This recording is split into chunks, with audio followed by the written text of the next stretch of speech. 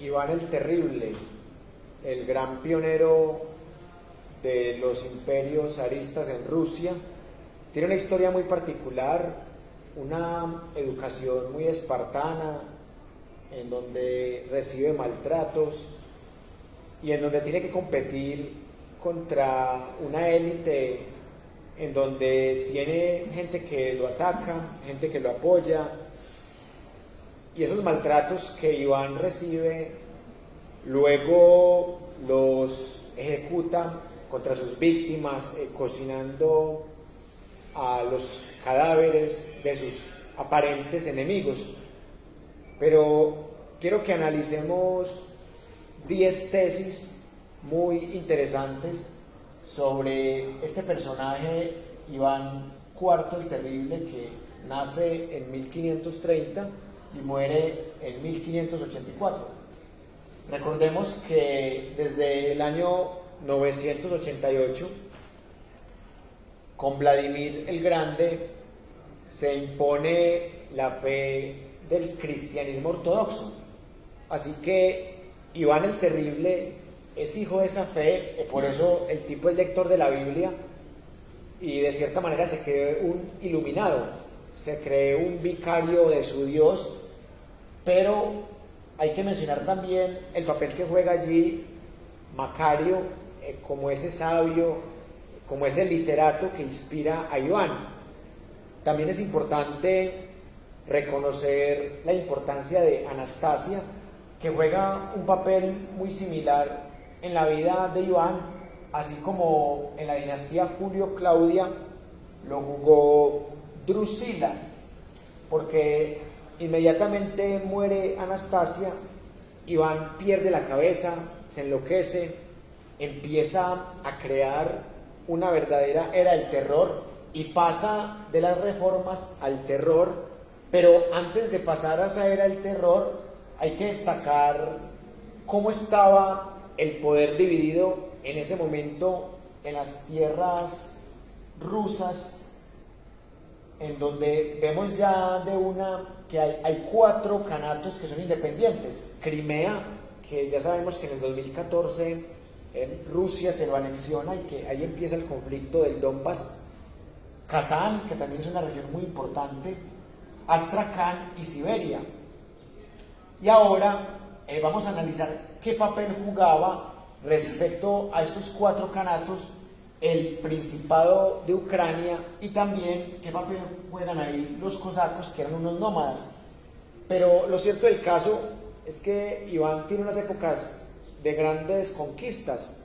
Aquí podemos encontrar su victoria sobre los mongoles, también entre 1548 y 1554, todo el vasallaje que se construye a partir de los cheremises, de los morvinos, de los chuvasios, de los basquires, también como en este proceso de conquista se anexiona Astracán, uno de los 4 canatos, y también la catedral de San Basilio en Moscú, que acá se las quiero mostrar, una catedral bastante interesante para analizar, bastante bonita. Y acá podemos ver que Iván el Terrible no solamente derrota a tártaros, a mongoles, sino que también tiene una guerra contra Livonia que hace que él pueda expandir más el imperio. Sin embargo, él tiene un gran objetivo que lo busca durante 30 años, que es la salida al Báltico. Y precisamente la guerra contra Livonia tiene ese propósito, y vemos que en pleno siglo XXI Putin también tiene objetivos muy parecidos, y Stalin evoca la memoria de Iván el Terrible, de Pedro I el Grande, tratando de recuperar ese origen que haga que ellos justifiquen su lucha actual. Mussolini lo hizo con el Imperio Romano, diciendo que él iba a construir un imperio mejor que el romano, pero que el Imperio Romano era una gran inspiración. Hitler también trató de buscar pasados germanos para perpetuar una supuesta raza aria superior. Y también hay un punto muy importante, que es la guerra que tenía Iván el Terrible con los polacos, particularmente en 1563 en la conquista de Polocka. Y finalmente hay un hecho que es bastante curioso de 1584 en donde él asesina cruelmente a su hijo y con ello pone en riesgo el imperio porque el único heredero podría ser su hermano, pero tiene unos problemas mentales. Entonces ahí podemos ver que se devuelve otra vez a esas prácticas muy comunes en la dinastía Julio-Claudia del Imperio Romano, en donde no les importaba matar al hermano, al papá, al hijo, al sobrino, con tal de garantizar el poder. Lo vimos más que todo con Calígula, con Nerón en esa época. Y también hay algo muy importante que vale la pena recordar. Es cuando Demlet, el Khan de Crimea, toma a Moscú y la incendia. Y esto también es un hecho que no se puede negar. Y Boris Godunov es precisamente el zar que recupera la estabilidad tras la crisis que queda después de Iván el Terrible.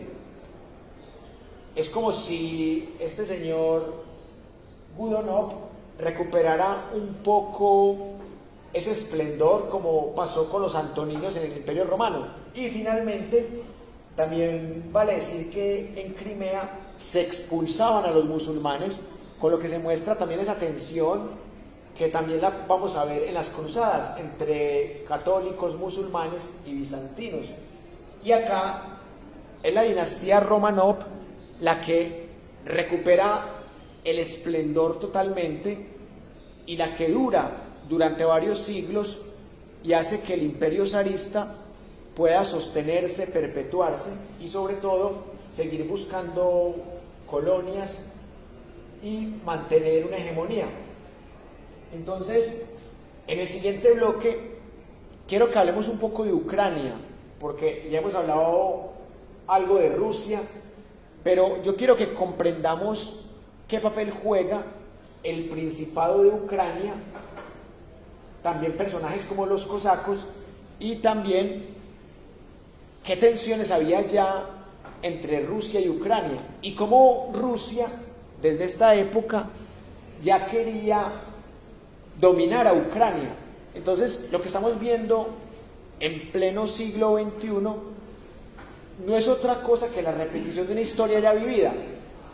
Por lo tanto, es muy importante siempre devolvernos al pasado, porque es la mejor forma de comprender el futuro y sobre todo el presente. Entonces, más allá de que él muera en 1584 mientras que juega ajedrez, es el legado que él deja, que lo retoma Stalin, que de cierta manera lo quiere retomar Putin, y también es importante reconocer cuáles son las raíces de esas diferentes expansiones a Ucrania a lo largo de la historia.